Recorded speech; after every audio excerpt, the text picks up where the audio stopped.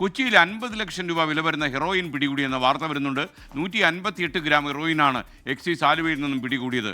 അസം സ്വദേശിയായ മക്ബുൾ ഹുസൈൻ അറസ്റ്റിലായിട്ടുണ്ട്. വിഷ്ണു സുരേഷ് വിവരങ്ങൾ നൽകും. വിഷ്ണു, ശരിക്കും ഈ ഓണക്കാലത്ത് ഒരുപാട് മയക്കുമരുന്ന് കേരളത്തിലേക്ക് കടത്താനുള്ള ശ്രമം ഉണ്ടാകും. നമ്മുടെ തുണിക്കടകളിൽ ജൗളി കച്ചവടം കൂടും ഓണക്കാലത്ത് എന്ന് പറയുന്ന പോലെ മയക്കുമരുന്നിൻ്റെ കച്ചവടം കൂട്ടാനും ഈ ബംഗളൂരിലും മറ്റുള്ള സ്ഥലങ്ങളിലും ഇരുന്ന ആളുകൾ ശ്രമിക്കും. അതിനെതിരെ നമ്മുടെ എക്സൈസും പോലീസും നീങ്ങുന്നുണ്ട് എന്നറിയുന്ന സന്തോഷം. ലേറ്റസ്റ്റ് പിടിയുടെ ഡീറ്റെയിൽസ്. Good morning. ഓണക്കാലമായതോടുകൂടി എറണാകുളത്തേക്കാണ് ഈ ലഹരിയുടെ വരവ് വർദ്ധിച്ചിരിക്കുന്നത്. കഴിഞ്ഞ 2 ആഴ്ചക്കിടെ ഏകദേശം 100 കിലോ കഞ്ചാവ്, 500 gram MDMA, hashish oil 3 kilo എന്നിവയൊക്കെ പിടികൂടിയിട്ടുണ്ട്. അത് ഈ ഓണം വിപണി ലക്ഷ്യമിട്ട് എത്തിച്ചു എന്നാണ് മനസ്സിലാവുന്നത്.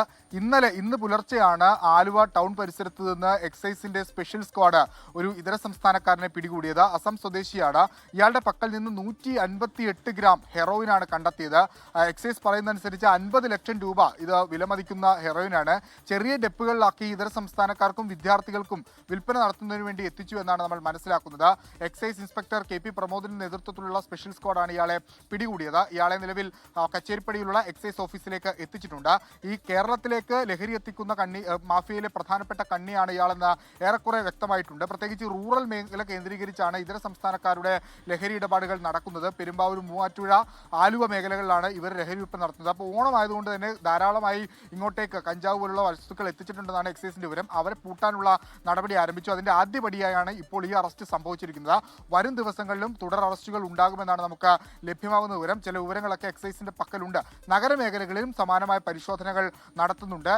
നഗരമേഖലയിലേക്ക് എത്തുമ്പോൾ അത് കഞ്ചാവും ഹെറോയിനുമല്ല, മറിച്ച് MDMAയും സ്റ്റാമ്പും പോലുള്ള വസ്തുക്കളാണ് നഗരമേഖലയിൽ വ്യാപകമായി എത്തുന്നത്.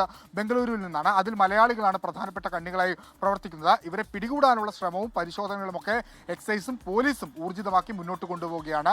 ഓണക്കാലത്ത് നമ്മൾ എല്ലാവരും ജാഗ്രത പുലർത്തണം. നമുക്ക് കൂടി ഇതിന് ഉത്തരവാദിത്തമുണ്ട്. അതുകൊണ്ട് നമ്മൾക്ക് ലഭിക്കുന്ന വിവരങ്ങൾ കൃത്യമായി പങ്കുവെക്കാൻ കൂടി തയ്യാറാകണമെന്നാണ് എക്സൈസിന്റെ ആവശ്യം.